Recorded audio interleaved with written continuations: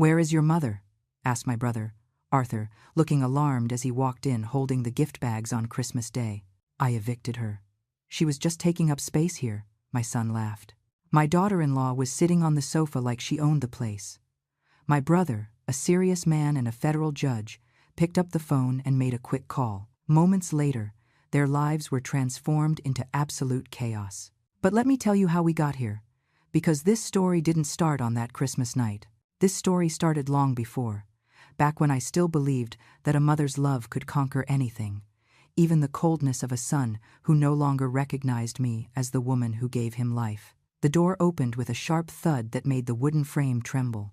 Arthur walked in carrying 3 gift bags wrapped in gold and red paper, with shiny bows reflecting the lights of the Christmas tree twinkling in the corner of the living room. His face wore that serene expression that always characterized him, that calm of a man who had spent 30 years behind a dark oak desk, handing down sentences, listening to testimonies, separating truth from lies with the precision of a surgeon.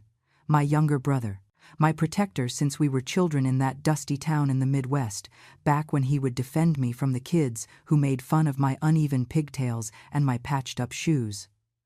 Arthur, Arthur, always Arthur, the man who never raised his voice, but who could make any liar look down with just a single glance. The man who had promised our parents, on their deathbed, that he would take care of me if anything bad ever happened.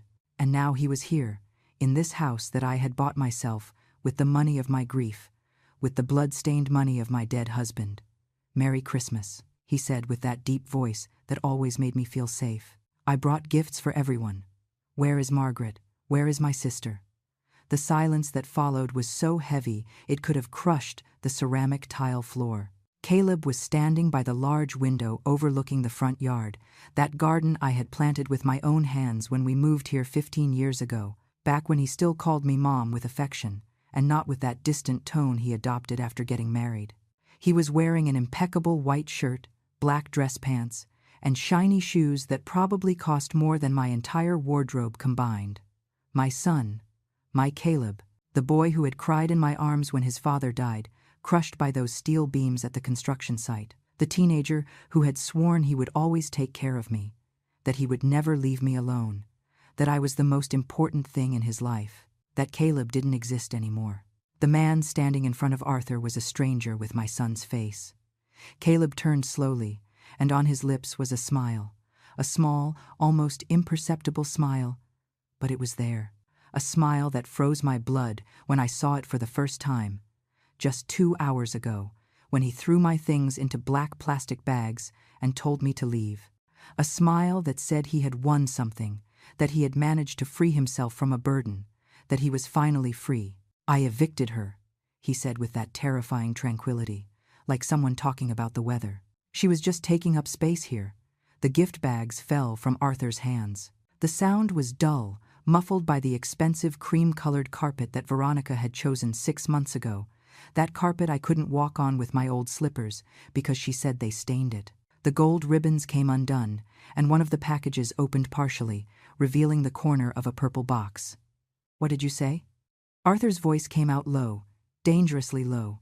That voice I knew, that voice that had preceded sentences of 30 years in prison, that voice that meant something terrible was about to happen.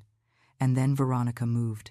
My daughter-in-law, the woman who had entered this house 5 years ago with a sweet smile and kind words, calling me Mama Margaret with a soft voice, asking me for cooking tips, hugging me in the mornings, the woman who had transformed into my silent executioner, into the architect of my destruction, into the snake whispering poison into my son's ear every night until he could no longer see his own mother with the eyes of love.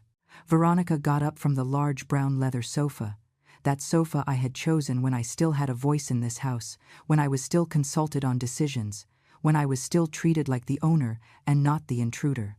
She was wearing a tight red dress that marked her thin figure, high heels that clicked against the floor, her black hair pulled back in an elegant bun. 38 years old, beautiful, calculating, ruthless. "Arthur, what a surprise," she said with that honeyed voice I had learned to loathe. "We didn't know you were coming so early. Dinner isn't ready yet. Where is Margaret?" Arthur didn't look at her. His eyes were locked on Caleb, those dark eyes that had seen every possible lie in a courtroom. Where is my sister? Caleb shrugged. That casual, indifferent gesture, as if we were talking about a housekeeper and not his mother, as if I were something disposable, as if the 68 years of my life meant nothing, as if the sleepless nights when he had a fever, the double shifts I worked to pay for his college tuition, the tears I shed begging God to protect him, as if all that could be erased with a shrug of the shoulders. I already told you, Uncle. I evicted her. This is my house now. Veronica and I need our space. We're hosting important guests tonight. Business people. Potential clients. We can't have Mom here doing her old lady things, being a nuisance, taking up space. It's better this way. For everyone. For everyone. As if I had agreed, as if they had asked me, as if my opinion mattered regarding the house that I myself had bought with the $150,000 they gave me when my husband's body was pulled from the rubble of that building under construction. $150,000 stained with blood and pain. $150,000 that I used to buy this 3-bedroom house with a yard because I wanted Caleb to grow up in a nice, safe, dignified place. Because I wanted to give him everything I never had. Arthur's face changed. I knew him well enough to see the transformation. His jaw tightened, his eyes narrowed just a fraction of an inch. His hands, which had been relaxed at his sides, closed into tight fists. But his voice remained calm, cold, deadly. You evicted her, your own mother, Margaret Thompson, the woman who gave birth to you, the woman who worked 18 hours a day so you could go to a private university, the woman who sold even her wedding rings to pay for your graduation suit. Those were different times, Uncle. Caleb crossed his arms over his chest. Things are different now. I have my own family, my own priorities. Mom was interfering, always with her comments, her complaints, her needs. I'm not a child anymore. I need to live my life. Veronica walked over to Caleb and put a hand on his shoulder. A possessive gesture. A gesture that said, "This man is mine. This house is mine. This victory is mine." Her red lips curled into a small, triumphant smile. You understand, Arthur, she said softly. It's just that Margaret and I have very different personalities. She is from another generation. She doesn't understand how we live now. And frankly, Caleb needs to focus on his career, on growing the business. He can't be worrying about his mom all the time. Arthur took a step forward. Just one. But that step made Caleb instinctively step back. Because Arthur Thompson, retired federal judge, a man who had faced down cartel leaders in court, who had withstood bribery attempts and death threats, who had sent men 3 times his size to prison, had a presence that filled any room when he was angry. Where is she now? He asked. Right now. Where is Margaret? I don't know. Caleb avoided his gaze. She left. I left her on the corner with her things. I guess she took a taxi or something. You left her on the corner, on Christmas Eve, with her things. A 68-year-old woman, in the street. Arthur's words weren't a question. They were an accusation. Each word fell like a hammer striking metal. She has money. Veronica intervened quickly. We gave her some cash. She can go to a hotel, or stay with a friend. It's not like we left her destitute. Arthur took his phone out of his gray suit pocket. His fingers moved over the screen rapidly, dialing a number. He brought the device to his ear. The silence in the room was absolute. I could hear my own heart beating from where I was, sitting in the back seat of Arthur's car, parked outside the house, watching everything through the illuminated window. Because yes, I was there. Arthur had found me on that corner, sitting on the curb of the sidewalk, with my 3 black plastic bags beside me, crying like I hadn't cried since my husband's funeral. He had put me in his car, held me in silence while I soaked his shirt with my tears, and then he had told me, "Stay here, sister. Don't go in. Just let me talk to them. I need to see this with my own eyes." And now I was seeing. I was listening to my son laugh about kicking me out. I was watching my daughter-in-law sit on my sofa as if she were a queen on her throne. I was watching how the family I had built with my hands destroyed by work crumbled into ashes before my eyes. "Benjamin," spoke Arthur into the phone. "It's me. I need you to come to this address immediately. Yes, now. It is urgent. Bring your briefcase, and bring the papers I asked you to prepare last week." Yes, those. The ones for Margaret Thompson. Exactly. "I'll be waiting." He ended the call, put the phone away. And then he looked at Caleb with an expression I had never seen on him, an expression of absolute contempt. "What are you doing?" Caleb asked, and for the first time, there was a touch of nervousness in his voice. "Uncle, this is none of your business. This is between Mom and me." "Oh, it is my business, Caleb." Arthur spoke with a terrible calm. "It is entirely my business. Because when you illegally evict a person from their own property, when you commit financial abuse against an elderly person, when you violate the civil rights of a 68-year-old woman, it becomes my business. And more importantly, it becomes a federal matter." "What are you talking about?" Caleb's voice went up an octave. "Her property? This is my house. I bought it. I pay the bills. I did the renovations. Mom only lived here because I allowed it. Out of charity. Out of charity." That word came out of my son's mouth as if it were the most natural thing in the world. As if the 15 years I had lived under this roof, cooking, cleaning, taking care of him when he came home, tired from work, ironing his shirts at 6 in the morning so he would look impeccable for his meetings, as if all that had been a favor he was doing me, as if I were a beggar grateful for the crumbs of his generosity. Arthur reached into the inside pocket of his jacket. He pulled out a small black leather notebook and a silver pen. He opened the notebook to a blank page and began to write. His movements were slow, deliberate, almost ceremonial. Every stroke of the pen on the paper sounded like a verdict being written. "I need you to tell me something, Caleb," he said without looking up from the notebook. "This house. The one at 345 Oak Avenue. The 3-bedroom house. 2 bathrooms, 2-car garage, front and backyard. When exactly did you buy it?" Caleb looked at Veronica. She returned the look, and I could see something pass between them. A silent communication. A moment of doubt. The first indication that perhaps, just perhaps, they hadn't thought through all the details of their perfect plan to get rid of me. 15 years ago, Caleb said finally. When I graduated and got my first job at the architecture firm, Mom and I bought it together. Well, technically I bought it. She contributed some money, but the loan was in my name. "Some money," repeated Arthur, writing. "How much exactly was that? Some money." "I don't remember exactly." Caleb shifted uncomfortably. "It was like $20,000 or $30,000, I think. A contribution. But I paid the rest. I signed the mortgage loan. I've been paying the monthly payments all these years. 20 or 30,000. Arthur nodded slowly, as if he were weighing this information with great care. "Interesting. And do you have any document to back up this version of events? Any contract? Any receipt? Any proof of bank transfer from your account to Margaret's for that purchase money?" The silence that followed was deafening.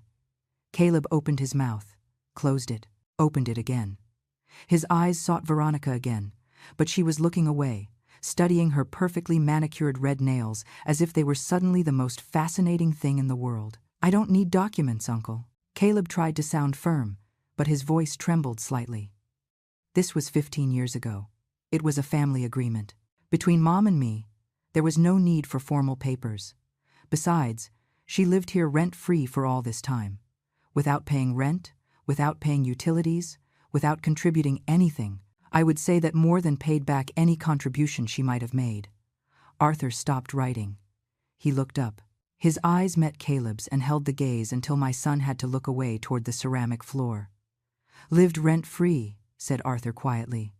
"Your mother lived rent-free.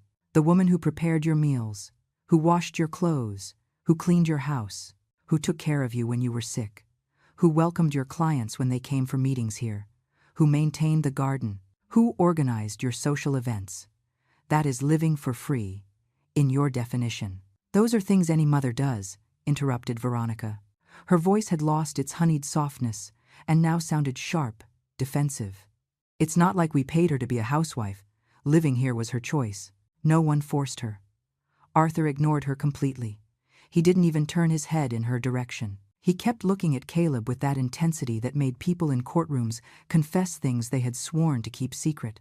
"Caleb, I am going to ask you something, and I want you to think very carefully before answering, because your answer is going to determine many things that are going to happen in the next few minutes. The deed to this house, the legal document that certifies ownership, is it in your name only, or is it in your mother's name too?" "Only in my name," Caleb answered quickly. Too quickly. Like I told you, I signed the loan. I am the legal owner. Mom only contributed some money as initial help, but the property was always mine." Arthur nodded. He took out his phone again, tapped the screen a few times, swiped his finger, zoomed in on something. Then, he turned the phone toward Caleb, showing him the screen. "Then you can explain to me what this is." Caleb leaned in, squinting to see the screen. I couldn't see what Arthur was showing from where I was, sitting in the car with my hands clenched in my lap, feeling my breathing accelerate. But I could see Caleb's face. I could see his expression of confidence crumble slowly, like a building whose foundations have just given way. "That is," his voice faded. "It is the deed to this property," Arthur completed, "downloaded directly from the public records of the county recorder's office 2 hours ago, when Margaret called me crying from the corner of your street. The deed showing that this house, 345 Oak Avenue, was purchased on the 15th of August 2010 by Mrs. Margaret Thompson, widow of Thompson, for the total amount of $150,000, paid in cash, no mortgage loan, no financing, cash money coming from the accidental death indemnity at work of your father, Robert Thompson, who passed away on the 3rd of March 2010, when a steel beam came loose at the site where he worked as a supervisor." The color had vanished from Caleb's face. His lips moved, but no sound came out. "The deed also shows," continued Arthur with an implacable voice, "that 3 months after the purchase, on the 11th of November 2010, Margaret Thompson added her son Caleb Thompson as a co-owner of the home, not as sole owner, as co-owner, 50% for each. And you know why she did that, Caleb? Because she wanted you to have security. She wanted you to feel that this was your house too. She wanted to give you half of the only thing of value she had in this world, because that is what mothers who love their children do. They give. They always give." "No," whispered Caleb. "That can't be right," the bank told me. "What did the bank tell you?" asked Arthur. "That you were the only owner? That your name was the only one on the documents? Is that what they told you? Or is that what you wanted to hear because it suited you better?" "I didn't know." Caleb shook his head. "I never saw those papers. Mom took care of all the paperwork. I just signed where she asked me to sign." "Exactly," said Arthur. "You signed where she asked you to. You signed documents you probably didn't even read because you trusted your mother, because you knew she would never do anything to harm you. And now, 15 years later, you evict her from the house she bought with the money from your father's death. You kick her out into the street like she's trash. You tell her she was just taking up space." Arthur put the phone away, closed the black notebook, put away the pen. Every movement was precise, controlled, but I could see the fury contained in the tension of his shoulders, in the way his hands trembled slightly. Veronica had stood up. Her face was rigid, her eyes hard like black stones. "This changes nothing," she said coldly. "Even if Margaret is a co-owner, Caleb is too. He has the right to live here, and as his wife, so do I. If she didn't want to be here, if she didn't like how we lived, she could have left on her own. No one forced her to stay." "No one forced her to stay," repeated Arthur slowly, as if tasting the words in his mouth. "Then explain to me why you threw her into the street with her belongings in garbage bags. Why wasn't she allowed to take her furniture, her photos, her memories? Why was she kicked out of her own house without prior notice, without time to make plans, without even the dignity of packing her things properly?" "She has half the house, not the whole house," Veronica answered. "She can sell her share if she wants. She can keep the money. But she can't stay here, interfering in our marriage, criticizing everything I do, making Caleb feel guilty for wanting to live his own life." There it was, the truth finally coming to light. It wasn't about space. It wasn't about me being a nuisance. It was about Veronica not being able to stand, having witnesses to how she manipulated my son. She couldn't stand having someone who knew Caleb from before she appeared, someone who remembered the good and affectionate man he had been, someone who could clearly see how she was transforming him into a cruel and cold version of himself. Arthur walked over to the window. He looked out, toward where I was sitting in his car. He saw me. Our eyes met through the illuminated glass, and in that moment, in the way he nodded slightly, I knew everything was about to change. I knew that my younger brother, that boy I had protected from the town bullies, That man who had dedicated his life to justice was about to do something that would make Caleb and Veronica regret every cruel word they had said to me. "You know what is interesting about the law, Caleb," said Arthur, without turning from the window. "It is that it is designed to protect the vulnerable, the elderly, those who cannot defend themselves. And there are very specific laws about financial abuse against the elderly, about illegal eviction, about misappropriation of assets. And the penalties for violating those laws are quite severe." "This is ridiculous," Caleb exploded. "You can't come here and threaten me. I am your nephew. This is my house. I have the right to decide who lives here and who doesn't." "Your house," said Arthur, turning slowly. 50% your house. And you just made the mistake of evicting the other co-owner without a court order, without due process, without any foundation other than your own selfishness and your wife's manipulation. That, my dear nephew, is a crime. And it isn't just a civil offense. It is a criminal offense." The doorbell rang. 3 long tones that resonated in the tense silence of the living room. "That must be Benjamin," said Arthur, walking toward the front door. "My lawyer, and a notary public. I hope you don't mind if he joins our little family reunion." Caleb and Veronica exchanged panicked looks. She took a step forward, her heel resonating against the floor like a gunshot. "Wait, Arthur." Her voice had lost all its previous smoothness. Now it sounded shrill, almost desperate. "It's not necessary to involve lawyers. This is a family matter. We can resolve it between us. Maybe we acted hastily. Maybe Margaret can stay in the back room for now, until we find a solution that works for everyone." "Until you find a solution that works for everyone," repeated Arthur, opening the door. "How generous of you, Veronica. Allowing the owner of the house to live in the smallest room of her own property. What extraordinary consideration." A tall man entered the living room, carrying a brown leather briefcase. Benjamin Ross. I knew him from family gatherings, from past Christmases, when we were still a real family. He must have been about 55. Gray hair combed back. Impeccable gray suit. Burgundy tie. His eyes scanned the room with the speed of someone used to assessing complex situations in seconds. "Good evening," he greeted with a professional voice. "I apologize for interrupting your Christmas Eve celebration, but Mr. Thompson informed me there was an urgent situation requiring immediate legal attention." "Benjamin, thanks for coming so quickly." Arthur closed the door behind him. "Let me introduce you to my nephew Caleb Thompson and his wife Veronica Perez Thompson. They are the current occupants of the property located at 345 Oak Avenue. Current occupants. Not owners, not residents, occupants." The word fell into the room like a stone in a pond, creating ripples of discomfort that reached every corner. Benjamin placed his briefcase on the coffee table. That glass table I had cleaned thousands of times, where I had served coffee to Caleb's guests, where I had put fresh flowers every week for 15 years. He opened the briefcase with precise movements and took out a manila folder, several documents held with clips, and an electronic tablet. "Mr. Thompson, Mrs. Perez Thompson." Benjamin began with a formal tone.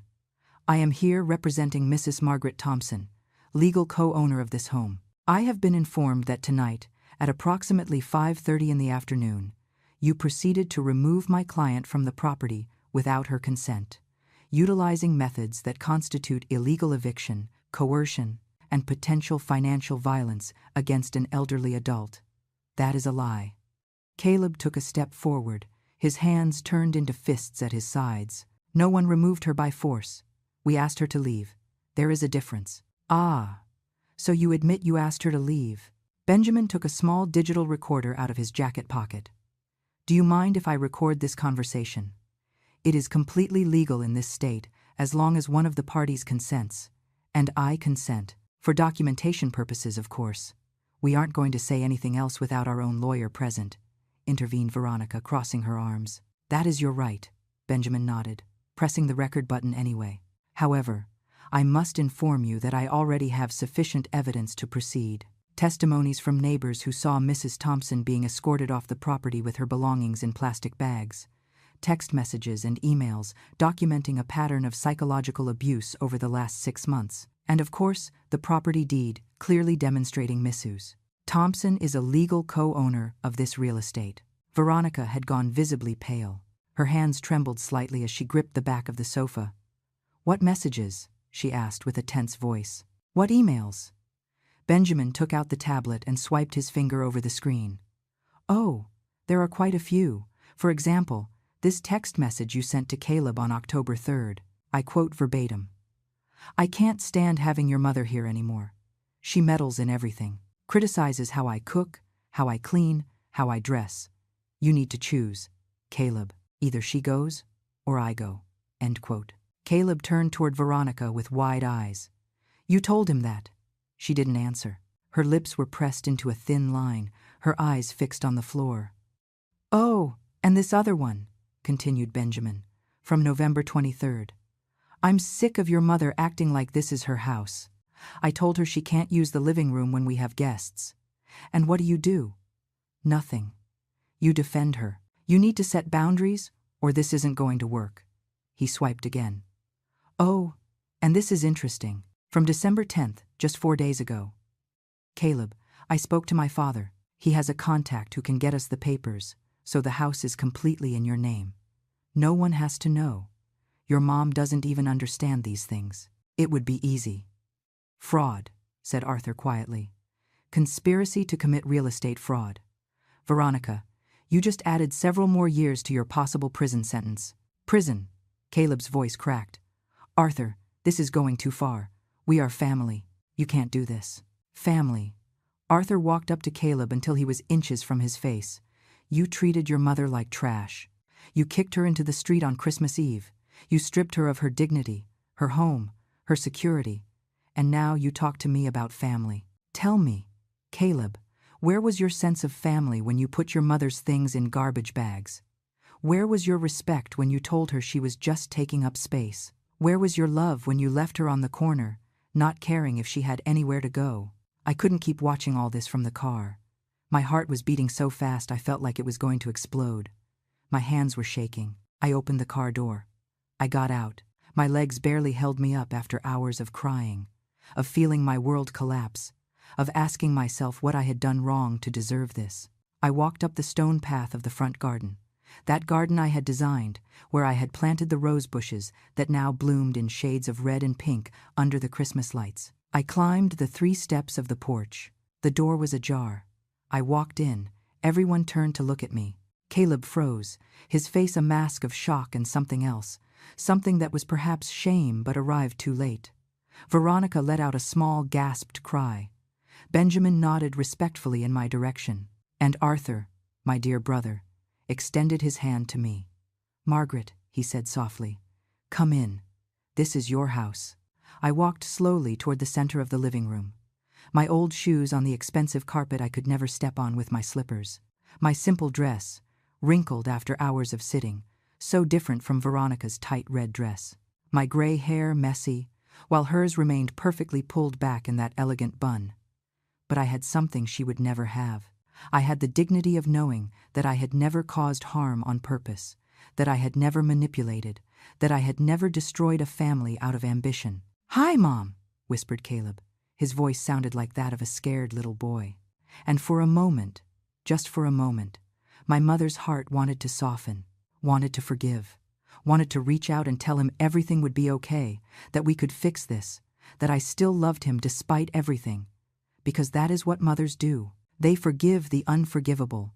They love the unlovable. They sacrifice themselves over and over until there is nothing left of them.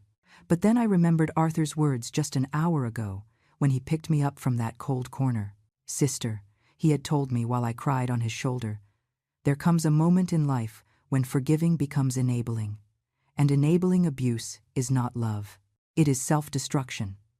You taught Caleb to be good, but he chose to be this. And choices have consequences.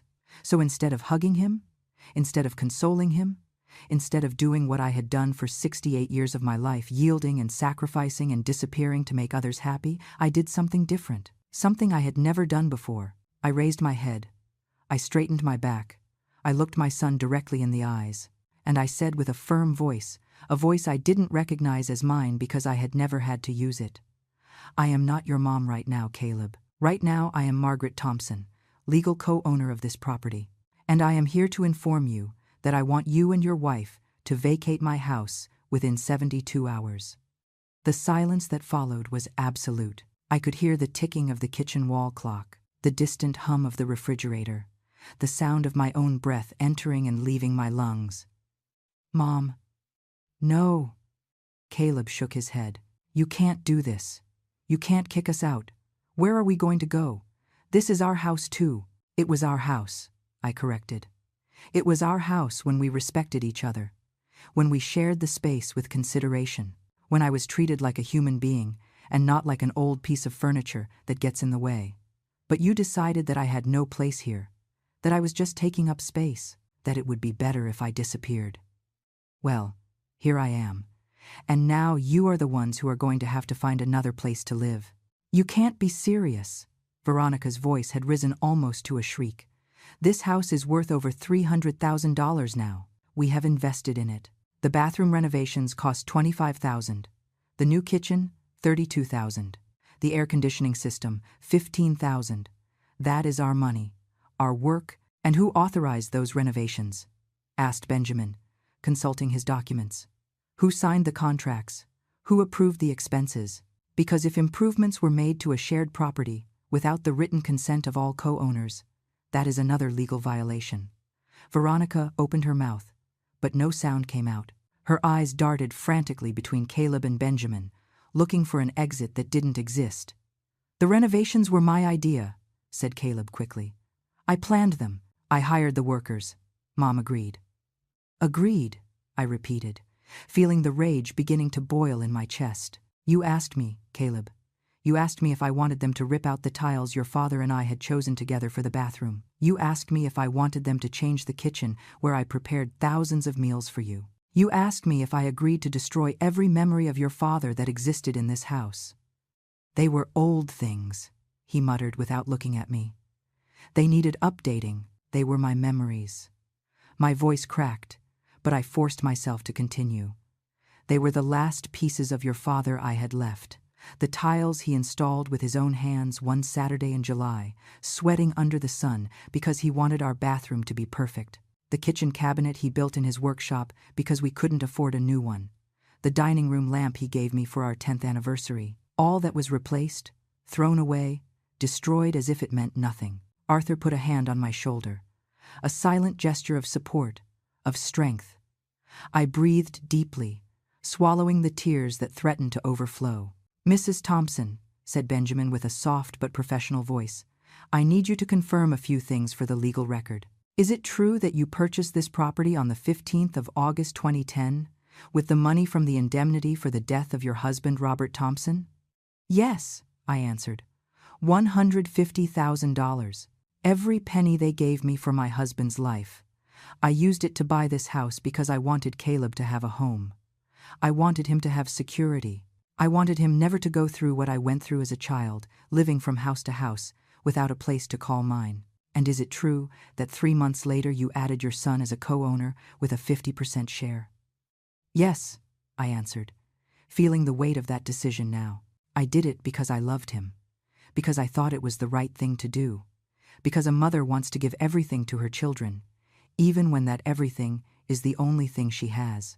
"And at any point during these 15 years, did you sign documents surrendering your share of the property completely to your son?" "No," I said firmly.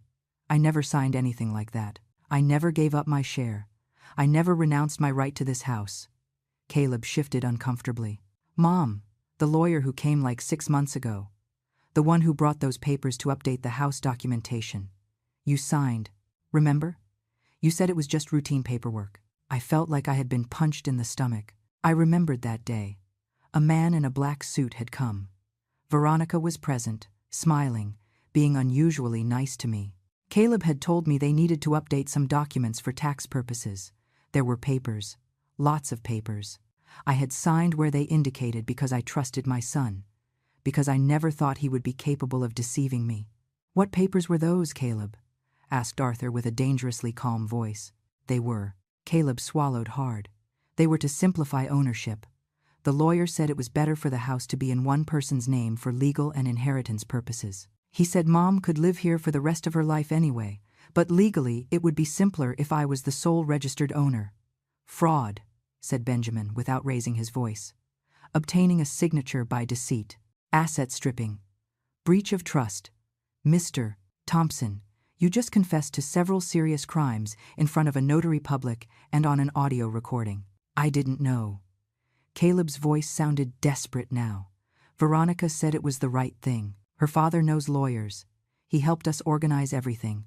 He said it was for our own good, for Mom's good too, so she wouldn't have to worry about taxes or legal papers. And you believed her, I said, feeling my heart break into 1,000 pieces again. You believed her. A woman you met 5 years ago, and you didn't ask me. Your mother. The woman who gave you life. You didn't consider that maybe I deserved to know what I was signing. That maybe I had the right to consult my own lawyer before putting my name on documents I didn't understand. Caleb slumped onto the sofa, his head in his hands. Veronica remained standing, stiff as a statue, her face a mask of barely contained fury. Those documents, said Benjamin, have no legal validity. They were obtained through deceit. Any judge will annul them as soon as I present them.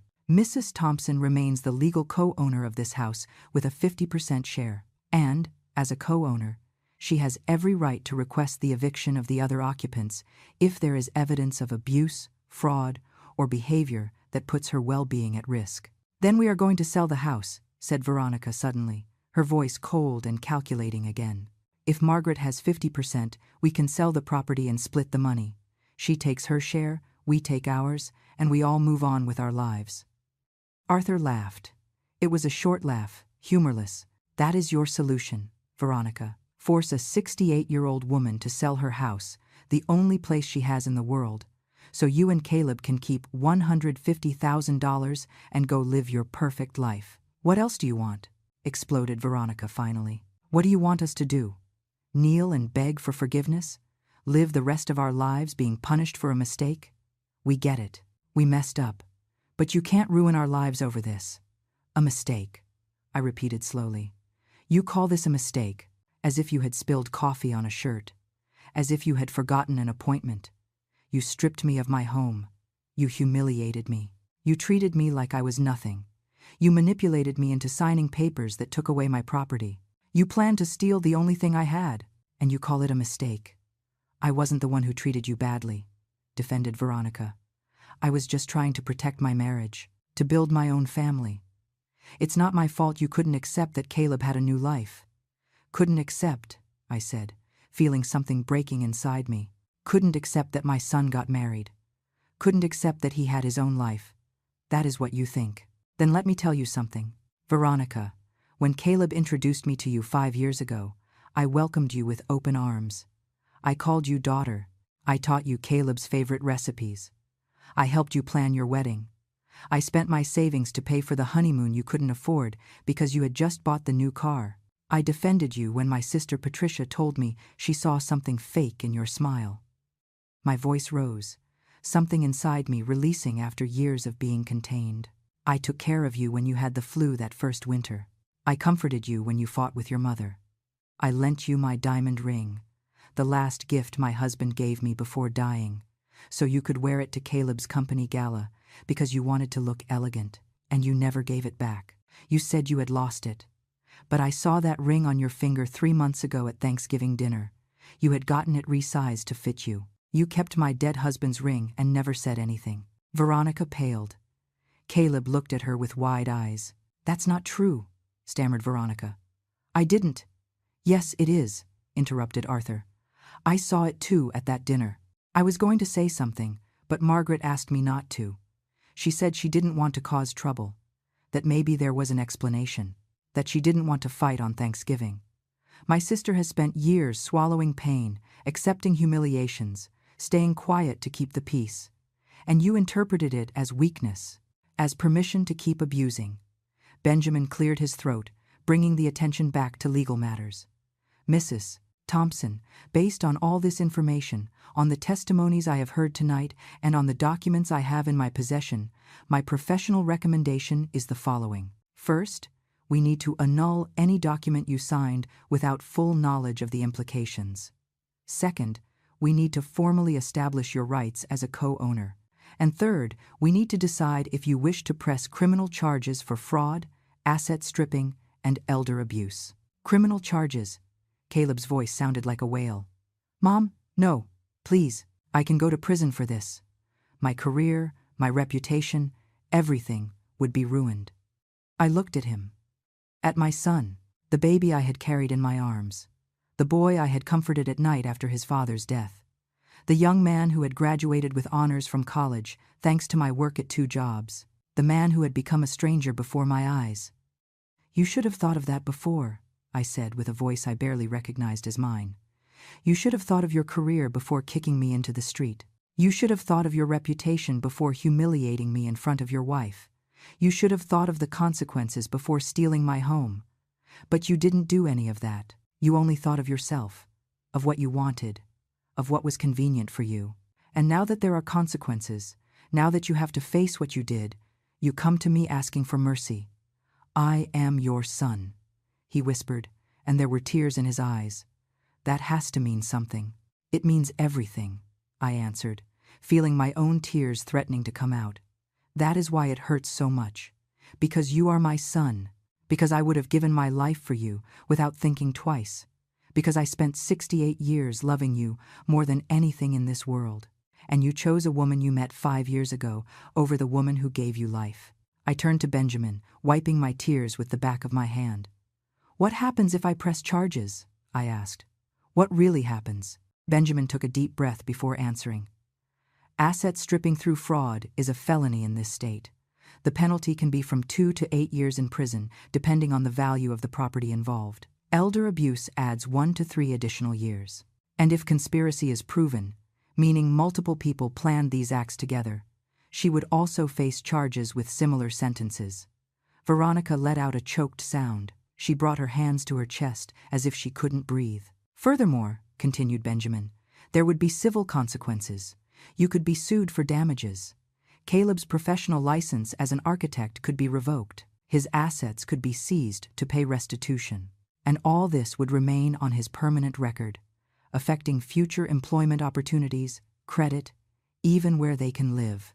No, moaned Veronica. No, no, no. This cannot be happening. We are not criminals. We are good people. We have a life. We have plans. We are going to have children soon.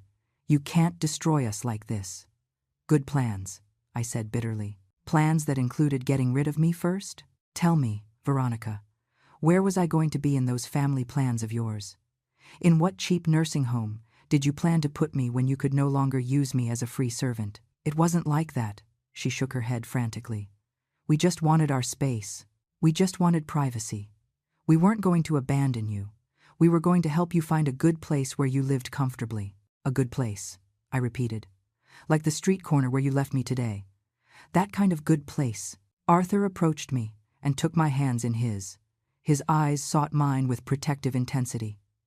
Sister, he said in a low but firm voice, I know this is difficult. I know he is your son. But you need to understand something. If you let them get away with it now, if there are no real consequences, this will only get worse. People like them don't learn from words. They learn from actions, from real loss, from real pain. And what happens to me? I asked. What kind of mother am I if I send my own son to prison? You are a mother who finally put herself first, answered Arthur. You are a woman who decided her dignity is worth more than other people's comfort. You are a human being who said enough. I looked at Caleb.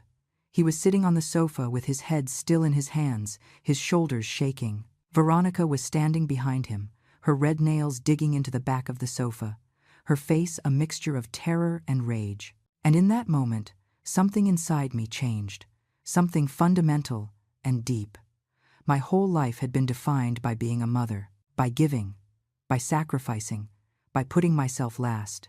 I had believed that was love, that it was the right thing, that my value as a person depended on how much I could endure for the good of others. But looking at my son now, seeing how he only cared about saving his own skin, seeing how there wasn't a single word of genuine regret, only fear of the consequences, I understood something I should have understood years ago.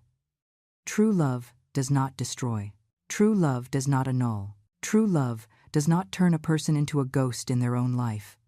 I am not going to press criminal charges, I said finally. The words came out before I could think about them too much. Caleb lifted his head, his eyes shining with hope, but I raised my hand before he could speak. Not yet. There are conditions. I turned to Benjamin. What options do I have that don't involve criminal charges, but protect my rights? Benjamin nodded, as if he had expected this question. Several options. First, we can annul the fraudulent documents and formally reinstate your 50% ownership. Second, as a co-owner, you can request a court order for eviction based on the documented abusive conduct. Third, you can sue civilly for damages without pressing criminal charges. And fourth, you can force the sale of the property and keep your proportional share of the current value. How much is the house worth now? I asked. With the renovations and the real estate market increase, calculated Benjamin, consulting his tablet, probably between $320,000 and $350,000. Does that mean my share would be between $160,000 and $175,000? Correct. But the house cost me $150,000 15 years ago. They invested in renovations, without my permission. Why should I give them half of the increased value when it was my money that bought the property in the first place? That is a valid legal point, agreed Benjamin. We could argue before a judge that the base value of $150,000 should go entirely to you as the original investment, and that only the additional value should be split. That would give you approximately $200,000 and $150,000 to Caleb. That's not fair, exploded Veronica. We did all the improvements. We increased the value. You made unauthorized improvements on a property you didn't fully own, interrupted Arthur. That was your mistake. In illegal or unauthorized construction on shared property, the benefit generally goes to the owner who did not authorize the improvements. So actually, Margaret would be being generous by leaving you anything. I felt a strange sensation of power. For the first time in years, perhaps in decades, I felt I had control over my own life, that my decisions mattered, that I mattered. Here is what is going to happen, I said with a firm voice. Benjamin is going to annul the fraudulent documents. He is going to reinstate my 50% ownership of this house. Then we are going to put the house up for sale. Mom, no, Caleb stood up. This is our home. Where are we going to live? You should have thought of that before, I responded without hesitation. When you kicked me out, where did you think I was going to live? When you left me in the street, you didn't care about my home. Now it is your turn to feel what that feels like. The house is being sold, I continued, ignoring his protests. The money is divided, as Benjamin suggested. I keep $200,000. You two get $150,000. With that, you can buy a smaller apartment, rent, whatever. It's not my problem. And if we refuse to sell? Asked Veronica with clenched teeth. Then I press criminal charges, I said, looking her directly in the eyes. And you both go to prison, and the house will be sold anyway to pay restitution and legal costs. And you won't see a cent. You choose. The silence that followed was long and heavy. I could hear the clock ticking, the wind outside moving the branches of the Christmas tree I had decorated myself that morning, before everything collapsed. Veronica's agitated breathing, the sound of Caleb trying to hold back tears. There is something else, said Benjamin. Mrs. Thompson, you mentioned a ring. Your late husband's diamond ring that Mrs. Perez Thompson currently has in her possession. Veronica instinctively covered her left hand with her right, hiding the ring.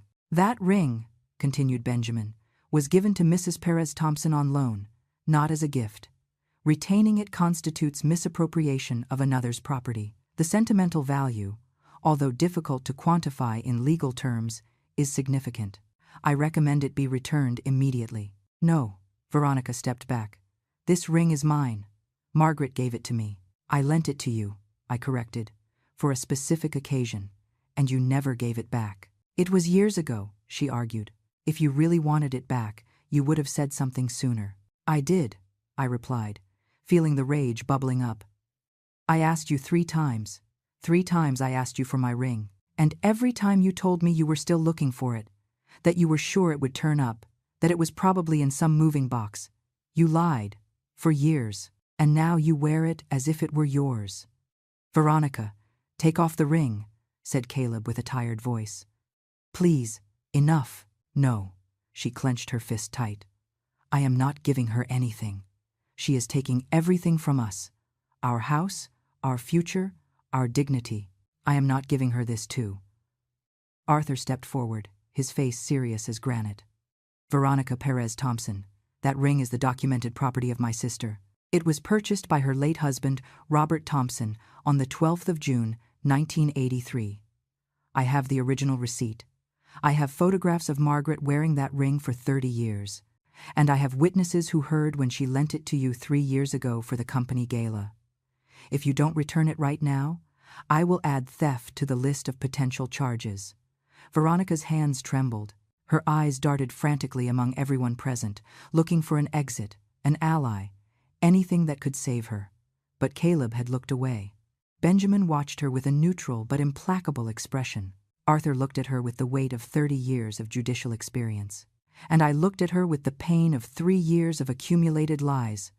Slowly, with rigid movements, she took off the ring. The half-carat diamond captured the light of the lamps, shining with the same fire it had when Robert put it on my finger 42 years ago, on our 5th anniversary, after saving for months from his salary as a construction worker. She threw it on the coffee table. The ring bounced once on the glass with a sharp clink before coming to rest. Take it, she spat with venom in her voice. Take your precious ring. Take your house. Take everything. I hope it makes you happy living alone in your victory while your son hates you for the rest of your life. I approached the table. I picked up the ring. The metal was still warm from the heat of her skin.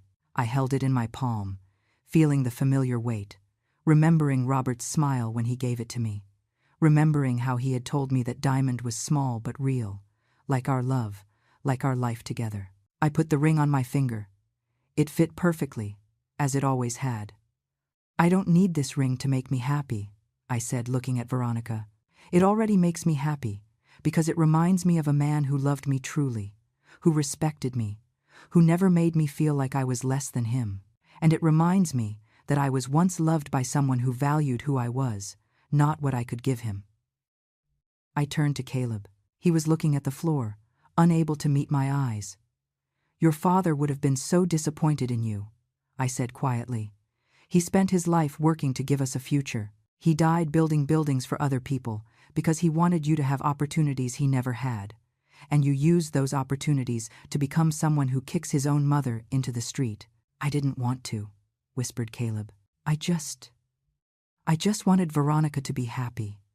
She said we could never really be a family while you were here, that you would always put yourself first, that I would never have my full attention. And I thought if you left, everything would be better. So your wife manipulated you, I said without emotion in my voice, and you let her. Because it was easier to cut me out of your life than to set boundaries with her. Because it was more comfortable to sacrifice me than to risk your marriage. Because in the end, I had always been there, always forgiven, always come back. And you thought this time wouldn't be different. Caleb finally looked up. His eyes were red, swollen. I wondered if it was genuine guilt or just fear of the consequences. I'm sorry, he said. Mom, I'm so sorry. I don't know what I was thinking. You can stay. Please, stay in the house. We'll make it work.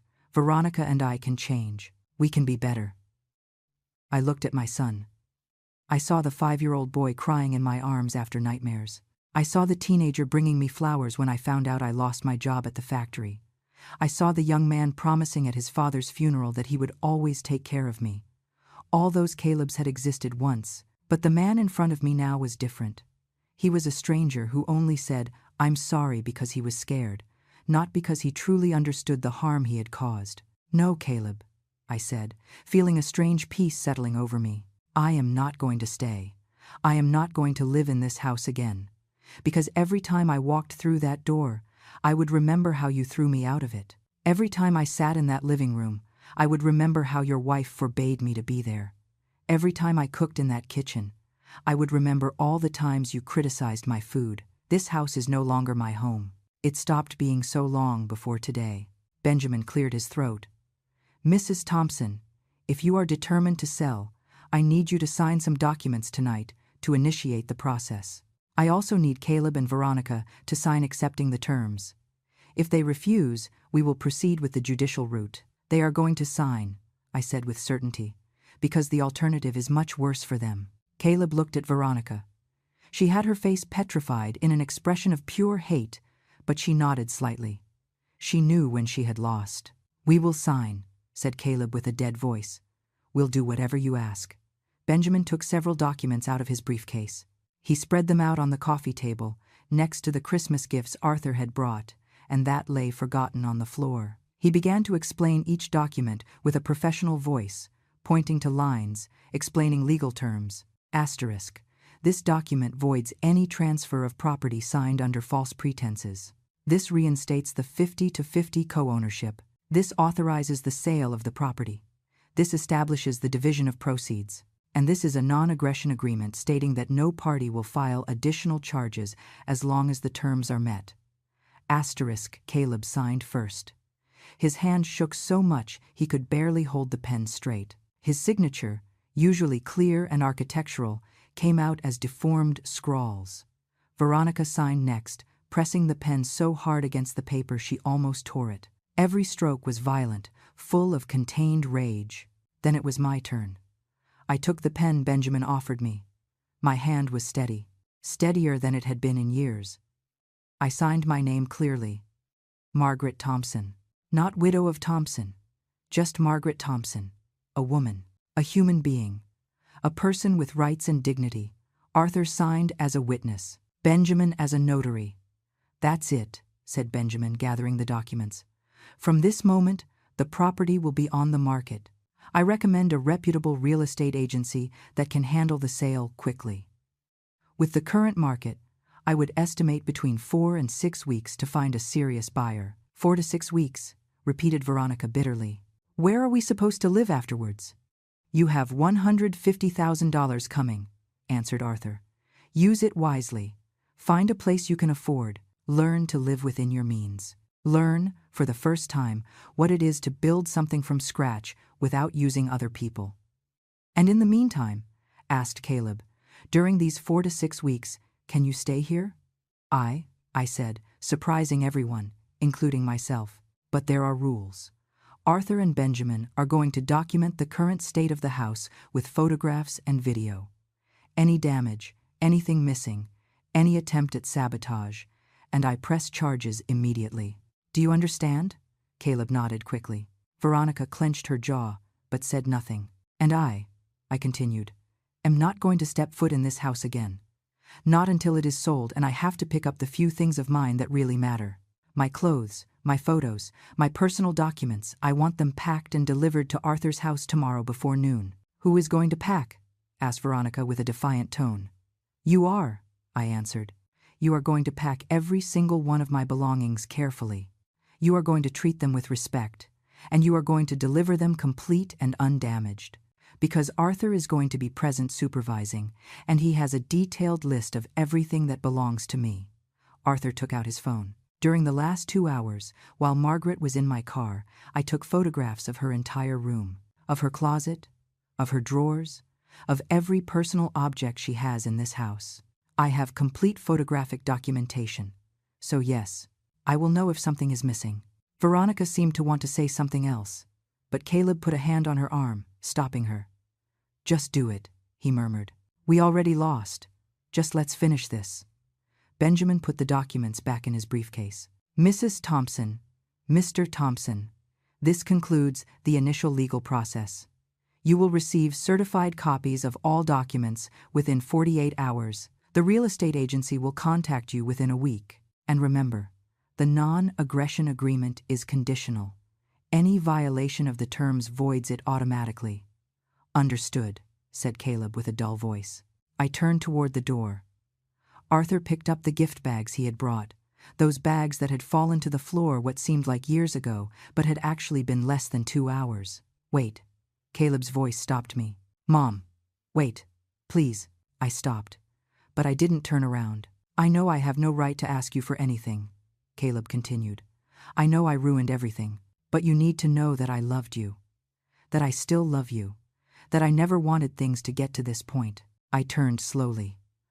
I looked him in the eyes, those eyes that had been identical to his father's. "Love isn't what you feel, Caleb. I said with a tired voice. Love is what you do, and what you did was betray me in the worst way possible. So don't talk to me about love. You have no idea what that word means. I walked out of the house. Arthur closed the door behind us. The cold air of Christmas night hit my face. I could hear carols playing from the neighbor's house. Colored lights twinkled in every yard on the street. Families gathered, happy, celebrating. And I was walking away from the only house I had called home for 15 years. But strangely, I didn't feel sad. I didn't feel lost. I felt light. As if I had dropped a huge weight I had been carrying for so long, I didn't even remember what it felt like to walk without it. Arthur opened his car door. He helped me in gently. Benjamin put his briefcase in his own vehicle and said goodbye with a respectful nod before driving off. "How do you feel?" asked Arthur as he started the engine. "I don't know," I answered honestly. "I should feel destroyed. I just lost my son. I just lost my house. I just lost everything I built over 15 years. Arthur drove in silence for a moment before answering. "You didn't lose anything, sister. They took it from you. There is a difference. And now you are recovering what is yours, your dignity, your worth, your life." We arrived at his house 30 minutes later. A smaller house than mine, but cozy, full of books and mementos from his career as a judge. He had never married. He always said his work was his wife. But I knew part of the reason was that he had dedicated so much time taking care of me, supporting me after Robert's death, helping me with Caleb when he was a child, that he had simply never found the right time. "The guest room is ready," he said, opening the door. "I cleaned and put on fresh sheets this morning. When you called me, you can stay here as long as you need. Months, years, whatever. Thank you," I whispered, feeling the tears finally threatening to overflow. "Don't thank me," he said firmly. "This is what real family does. They take care of each other. They protect. They don't destroy." That night, I slept in Arthur's guest room. Or rather, I tried to sleep. I lay awake looking at the unfamiliar ceiling, listening to the strange sounds of a house that wasn't mine, feeling the void where my son's love should be. But I also felt something else, something new, something it took me hours to identify. It was freedom. The following days passed in a strange haze. Caleb called, many times. He left voicemails crying, begging, promising to change. Veronica also called, although her messages were different, more calculating, talking about agreements, negotiations, ways we could resolve this without lawyers or forced sales. I didn't answer any calls. Arthur supervised the delivery of my belongings. They arrived in carefully packed boxes, every object wrapped in paper, every garment folded correctly. Caleb had followed the instructions to the letter, probably fearing any mistake would result in criminal charges. I opened the boxes slowly. My old clothes, my family photos, the albums from when Caleb was a child, the letters Robert had written to me while we were dating, my mother's rosary, the shawl knitted by my grandmother, pieces of a life I had thought was complete, but now saw was built on fragile foundations.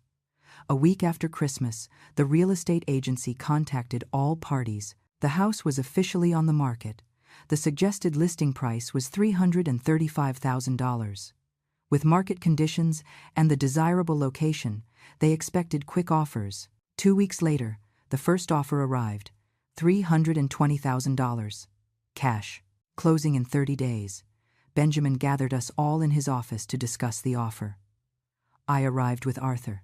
Caleb and Veronica arrived together, but there was a distance between them, a physical space revealing cracks in their perfect marriage.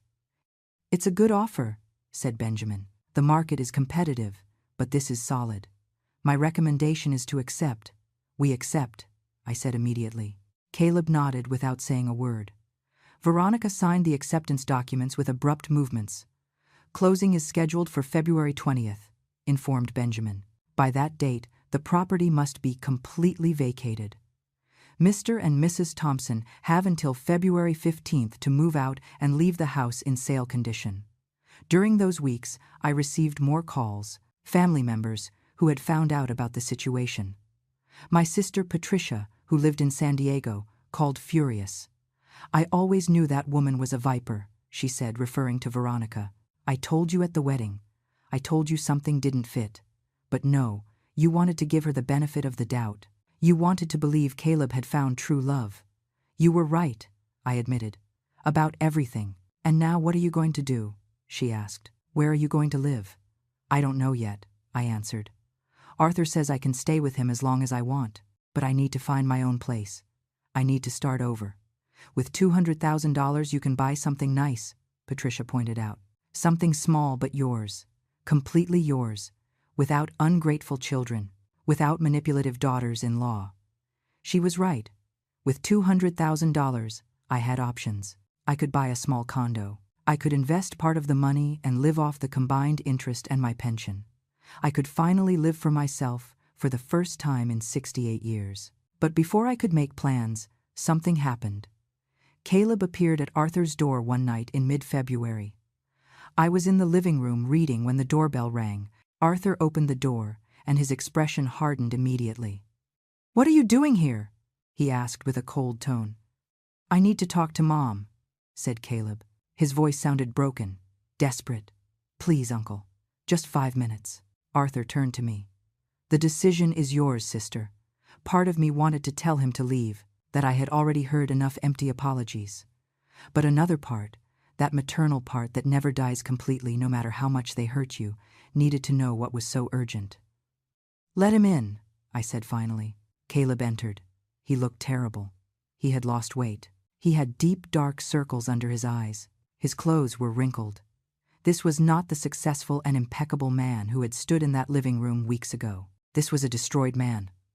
"Mom," he began, and his voice cracked immediately. "Veronica left me." I remained silent, waiting. "She left 3 days ago," he continued. "She took her things and left.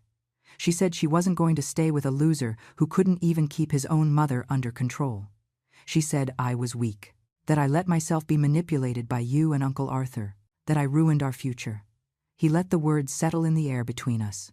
"And now you are here because you feel alone," I said without emotion.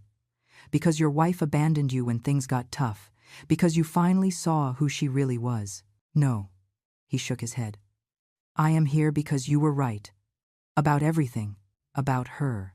About me. About what I became. And I need you to know that I am sorry. Not because I am scared or because I want something, but because I finally understand what I did to you." Arthur was standing in the doorway of the living room, arms crossed, observing the scene with Judge's eyes.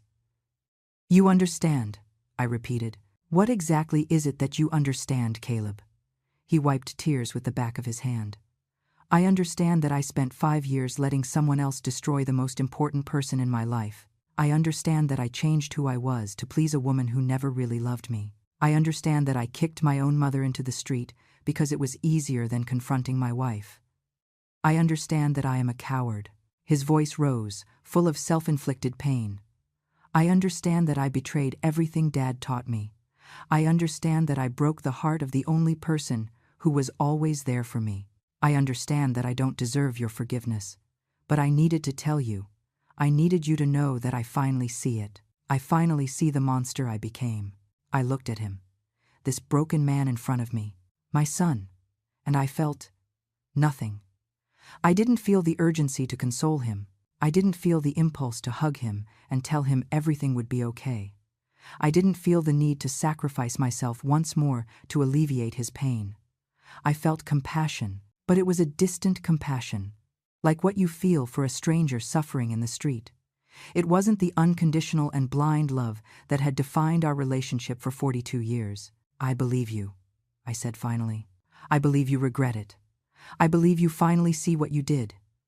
But Caleb, regret does not erase the damage. It doesn't turn back time. It doesn't heal wounds." "I know," he whispered. "I know, and I don't expect you to forgive me. I just needed you to know. There is something else you need to know," I said, taking a deep breath. "I forgive you." His eyes widened with surprise. "I forgive you," I repeated. "Because if I don't, this poison will stay inside me forever. Because forgiveness isn't for you. It is for me, for my own peace. But forgiveness doesn't mean forgetting. Forgiveness doesn't mean we go back to what we were. Forgiveness doesn't mean I allow you to hurt me again." "I understand," he said with a broken voice. "I'm not sure you do," I continued. All your life, I was there every time you needed me. Every fall, every pain, every problem, I appeared. And you learned to expect that, to count on that, to take for granted that Mom would always be there no matter what. My hands closed into fists on my lap. But I can't be that person anymore. Caleb, I can no longer be the one who always gives, always forgives, always comes back. Because if I keep being that person, I am going to disappear completely. And finally, at 68 years old, I am starting to understand that I matter too, that my life has value beyond what I can give to others. Arthur nodded from his position in the doorway, a gesture almost imperceptible of approval. So, what does this mean? Asked Caleb. Does it mean we are never going to talk again? Does it mean I lost my mother forever? It means you need to rebuild your life without using me as a crutch, I answered. It means you need to learn who you are when you don't have Mom fixing everything. It means that the Caleb I raised, that good and affectionate boy, needs to find his way back without my help. And if I find him, he asked, with a voice barely audible, if I become the man I should have been, will there be room for me in your life then? I looked at my son. I saw the genuine pain in his eyes. I saw the weight of his actions finally pressing on his shoulders. I saw a man who had hit rock bottom and was trying to find a way up. I don't know, I said honestly. Ask me in a year. Ask me when you have demonstrated with actions, not with words, that you really changed. Ask me when you have made peace with who you were and who you want to be. Ask me when you can stand in front of me without carrying guilt or expectations. Caleb nodded slowly. He stood up. He wiped his tears. I'm going to do it, he said. I'm going to become someone who would make you proud. Even if you never know, even if you never speak to me again, I'm going to do it because I need to, because Dad deserves it, because you deserve it. He headed toward the door. He stopped before leaving. I love you, Mom. I have always loved you. And I am so sorry I waited until I lost you to realize how much. I love you too, I answered. And that is precisely why this hurts so much. Because love without respect is just pain disguised as devotion. Caleb left. The door closed behind him. And for the first time since Christmas, I cried. Not for what I had lost, but for what could have been if my son had chosen differently. Arthur sat next to me. He said nothing. He just put his arm around my shoulders and let me cry. February 20th arrived. The day of the sale closing. We all gathered at the notary's office. Caleb arrived alone. He looked a little better than last time, as if he had been sleeping more, eating properly. We greeted each other with a polite nod. Nothing more. The papers were signed. The bank accounts transferred. The house I had bought with my husband's blood, where I had raised my son, where I had loved and lost again, officially changed hands. The notary handed out the checks, $200,000 for me, $120,000 for Caleb, after the legal and sale costs he had agreed to cover were deducted. Caleb looked at his check with a blank expression. Veronica had left with $50,000 of their joint savings. He had $120,000, less than his father had originally invested 15 years ago. The irony did not go unnoticed. What are you going to do now? Benjamin asked Caleb as he put away the final documents. I'm going to move into a smaller apartment, Caleb answered. I'm going to focus on my work. I'm going to rebuild. Alone. And you, Margaret? Asked Benjamin, turning to me. Have you thought about what you will do with your new beginning? I smiled, a small but genuine smile. I've been looking at condos. There is one near the park where Robert and I used to walk on Sundays. It has 2 bedrooms, a balcony overlooking the trees, good natural light. It costs $140,000. Sounds perfect, commented Arthur. It is, I nodded. And with the $60,000 I have left over, I can invest, have a safety net. For the first time in my life, I am going to have financial stability that depends on no one but me. We said goodbye outside the notary's office. Caleb stood by his car, looking at me as if he wanted to say something else. But he didn't.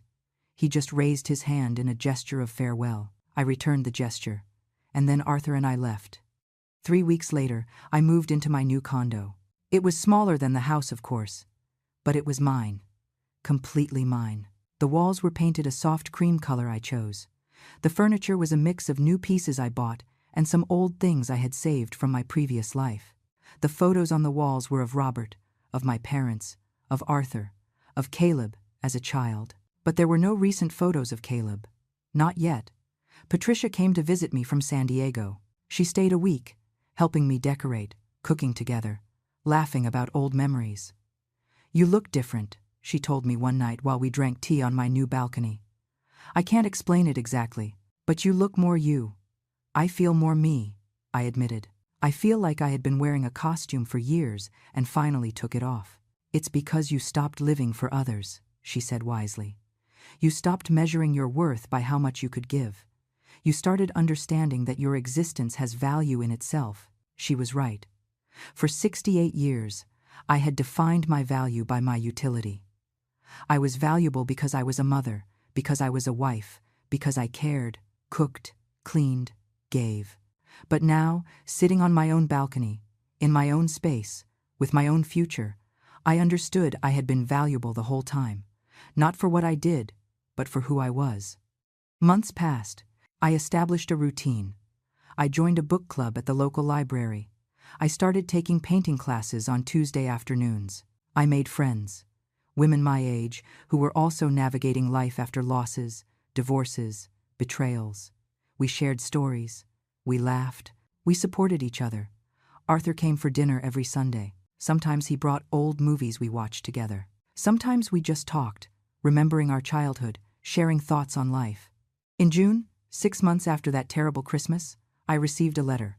It was from Caleb, handwritten on quality paper. "Dear Mom," it began. "I am not writing to ask for forgiveness again. I am not writing to explain or justify.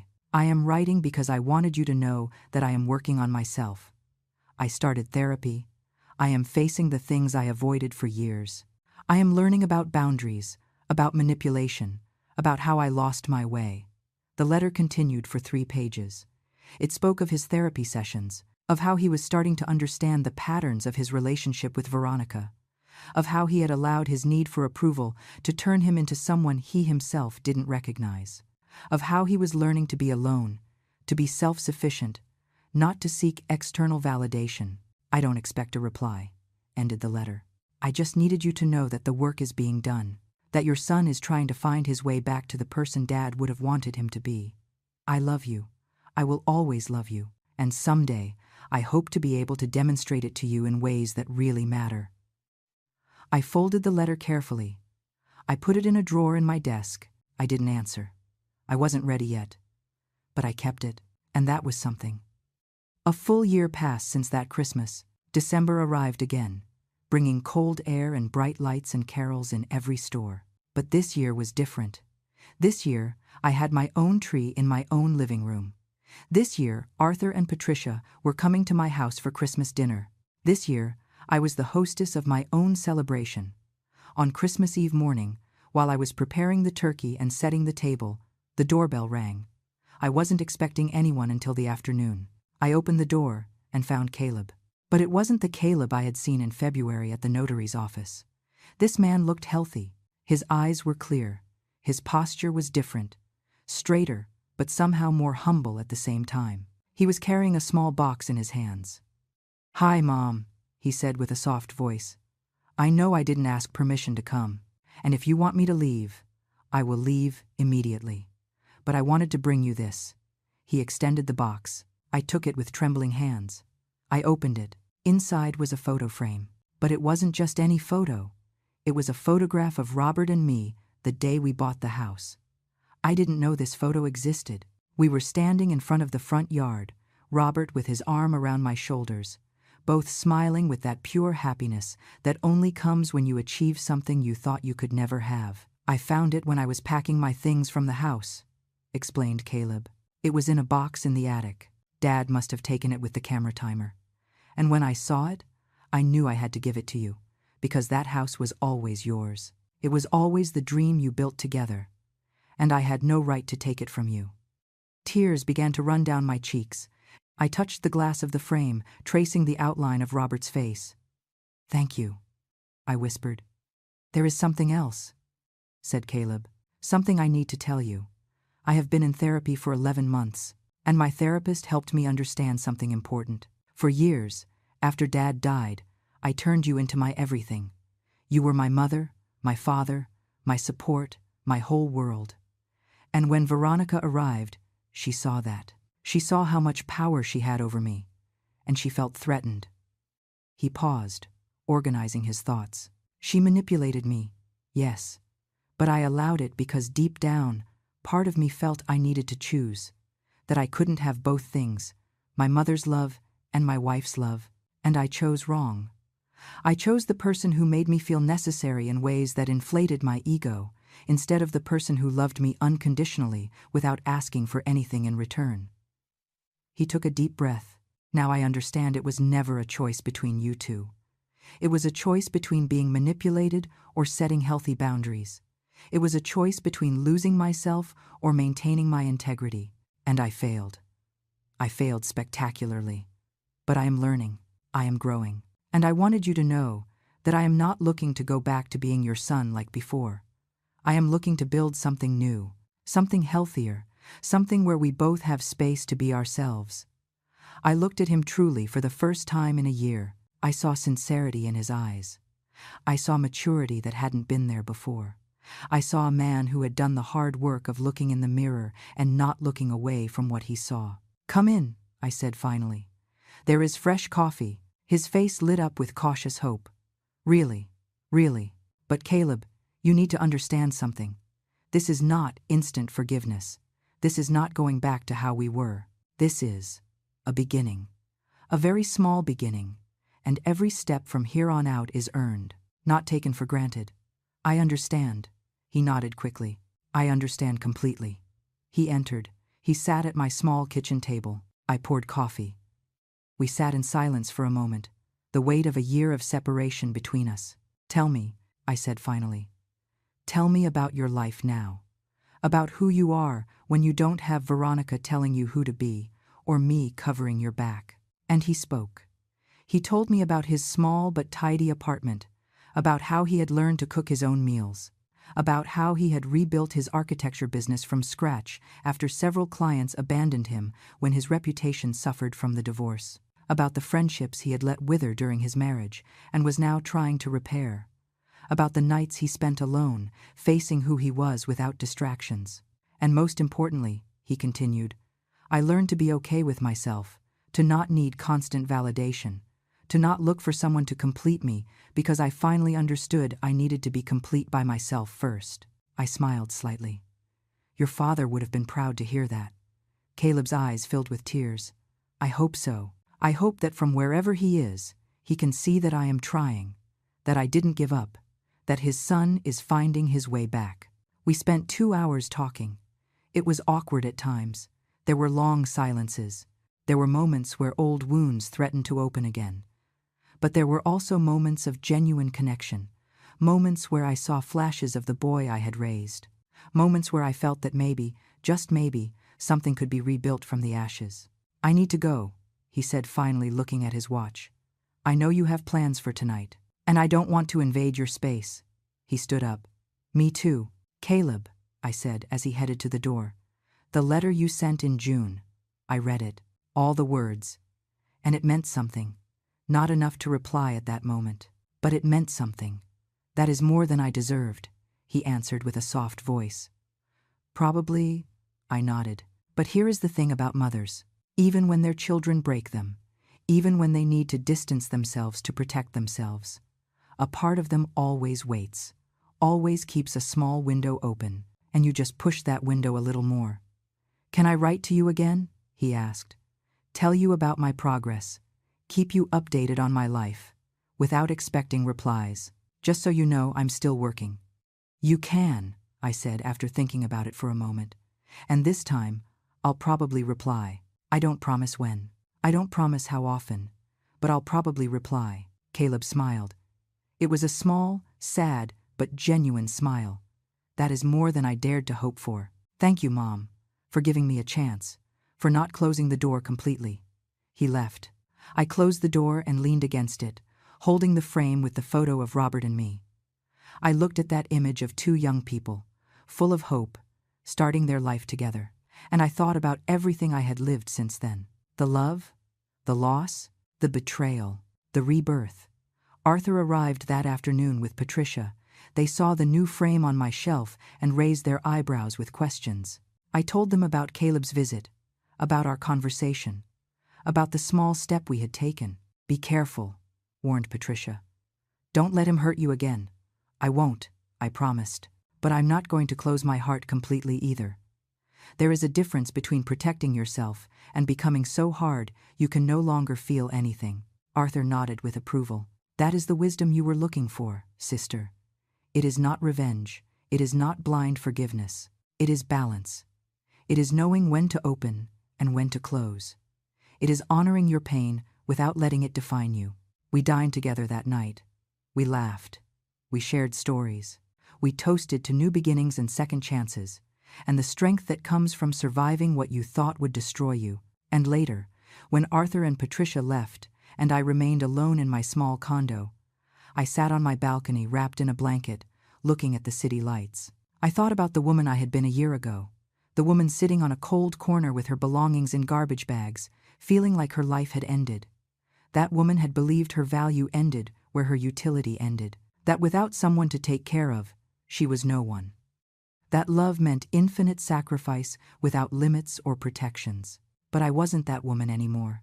I was Margaret Thompson, 69 years old, widow, mother, sister, friend, and above all, a woman who had learned that self-love is not selfishness, that setting boundaries is not cruelty, that rebuilding your life after destruction is not abandoning those who hurt you, but honoring yourself finally. The house Robert and I bought was no longer mine. But I had built something better. I had built a life where my worth didn't depend on how much I could give or endure. A life where I was enough simply for existing. Caleb would have to make his own way back. He would have to prove with actions, not words, that he had truly changed. And maybe someday, when he had demonstrated that the man he had become was worthy of the trust he had broken, we could have a relationship again. Not like before, never like before, but something new, something healthier, something built on mutual respect instead of unilateral sacrifice. Or maybe not. Maybe the damage was too deep. Maybe some things, once broken, can never be completely repaired. And that was okay too. Because I would be okay either way. Because I had learned the most important lesson of all. That my happiness, my peace, my life, depended on no one but myself. The cold December wind blew across the balcony. I closed my eyes and breathed deeply. And for the first time in 69 years, I felt completely free. Free from the weight of impossible expectations. Free from the need to be everything for everyone. Free from measuring my worth by how much I could endure. Free from living for others while fading into the shadows. This was my life now. Small perhaps, quieter, less complicated, but it was mine. Completely, absolutely, unquestionably mine. And in the end, after everything I had lost, everything I had suffered, everything I had survived, that was exactly what I needed. Not revenge, not victory, just peace, just dignity, just the quiet certainty that I would never again allow anyone, not even my own son, to make me feel like I was less than enough. Because I was. I always had been. It just took me 69 years and a broken heart to finally believe it.